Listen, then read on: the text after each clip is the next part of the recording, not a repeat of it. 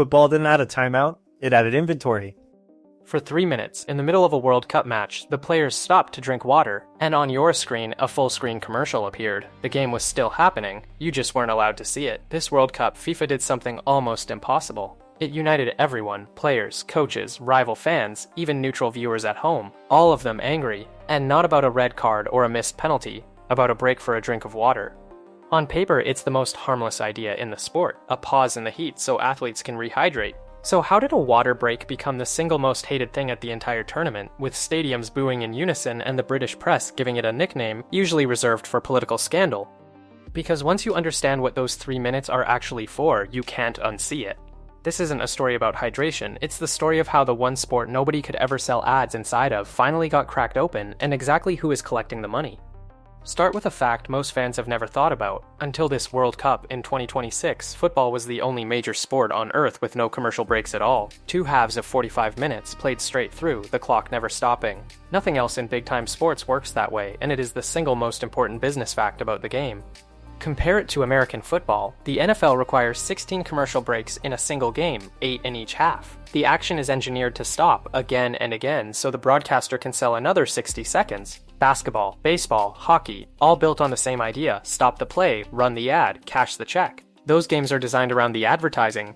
Football was the great exception. For US broadcasters, that uninterrupted 90 minutes wasn't beautiful, it was a problem. 2 unbroken halves leave almost nowhere to put a commercial, so for decades, nearly all of the advertising had to be crammed into halftime. The world's biggest sport was also the single hardest one to fully monetize because you physically could not stop it to sell you something.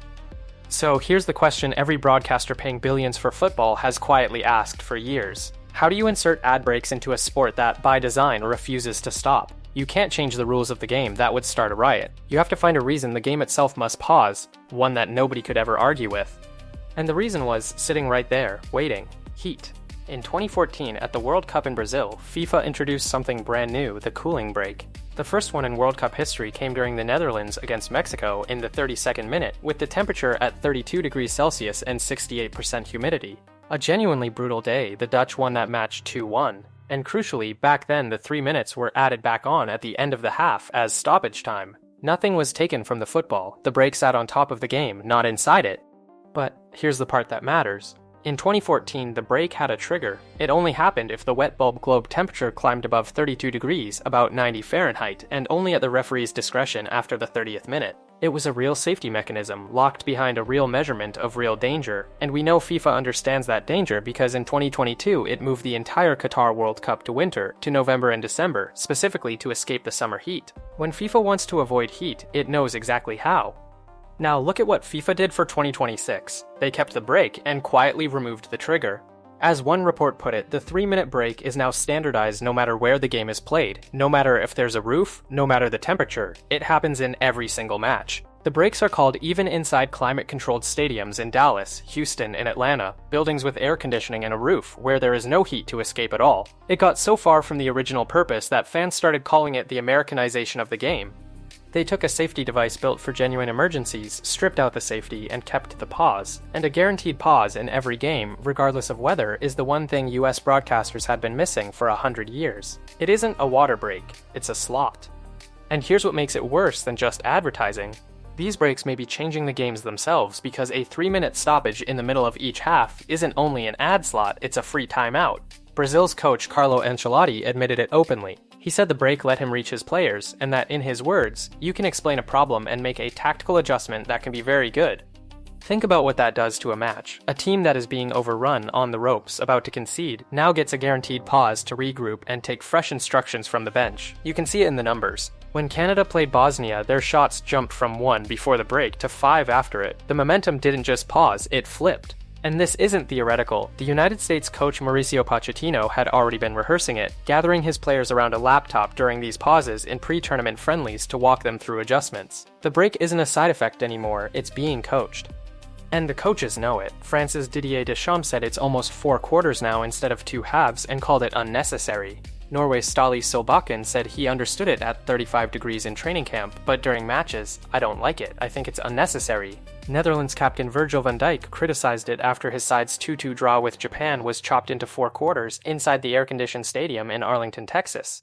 For a sport that resisted this for over 100 years, that is an enormous change to slip in under the banner of hydration. And the fans saw straight through it. Since the group stage began, supporters in packed stadiums have booed the breaks in unison. When the referee halted play during England against Croatia in Dallas, both sets of fans booed, and did it again at the second half pause. The same jeers rang out in Toronto, Boston, Atlanta, and Vancouver. It got so bad that stadium DJs started fighting the boos with music. During one match, as the jeers began, the speakers played Take Me Home, Country Roads, and turned a stadium full of complaints into a 67,000-person sing-along. Think about that. They didn't fix the break. They drowned it out. And the discontent only spread from city to city as the tournament went on, the boos becoming a fixed part of the matchday soundtrack. Al Jazeera summed it up perfectly. The one thing FIFA managed to unite at this World Cup was everyone's anger at the same 3 minutes. Players, coaches, and supporters who agree on almost nothing all landed in exactly the same place. So, follow the money, because this is where the water turns to gold. Each 3-minute break fits 4 30-second ads. 2 breaks per match means 8 commercial slots per game, slots that did not exist before. Multiply that across all 104 matches of the tournament, and you get 832 brand new commercials to sell, 832 ad slots conjured out of a sport that famously had none. And remember why there are 104 matches in the first place. FIFA expanded this World Cup to 48 teams, the biggest field in the tournament's history. A bigger tournament doesn't just mean more football, it means more breaks and more slots to sell.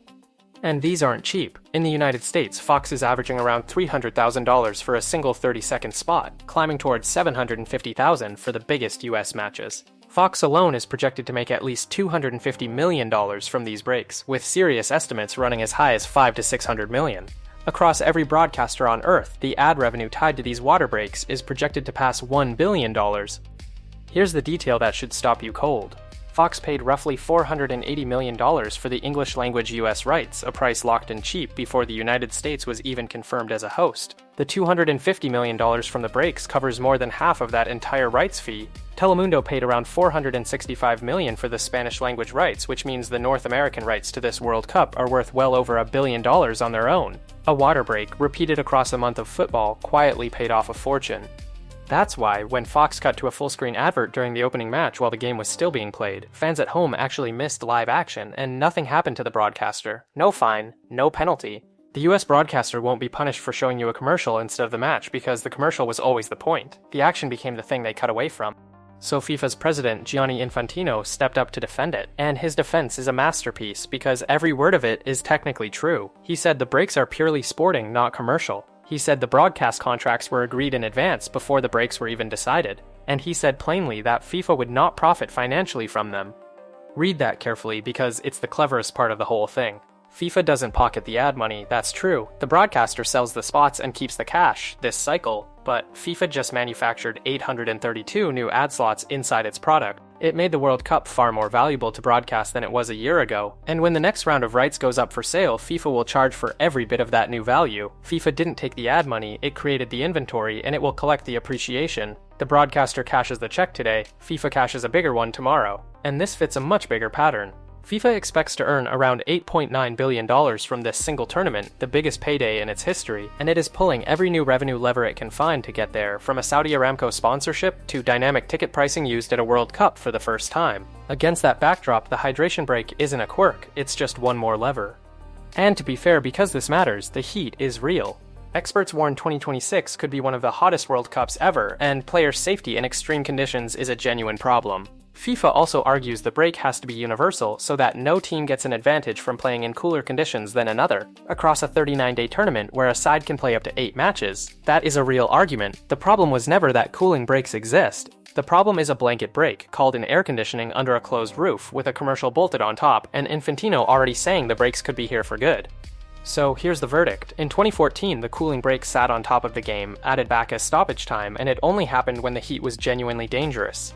In 2026, FIFA took that same break, carved it into the middle of every single match, stripped out the temperature that made it honest, and turned a drink of water into 832 things to sell, while quietly handing coaches a tactical weapon that can change who wins. Players called it unnecessary, coaches called it a coaching break, whole stadiums booed it, and FIFA's own president said it's probably here to stay. Because once you've invented $1 billion of inventory, you do not give it back. This channel breaks down the money behind World Cup 2026, the football, and the business hiding inside it. Subscribe because there's a new story almost every day. And here's where we go next. FIFA is making more money off this tournament than any in history. But here's the part nobody expects. Even the teams that lose are walking away with millions. The worst team at this World Cup goes home richer than most clubs make in a year. Next, we follow that money. A drink of water, 832 ad slots, $1 billion, and a sport that may never play uninterrupted again.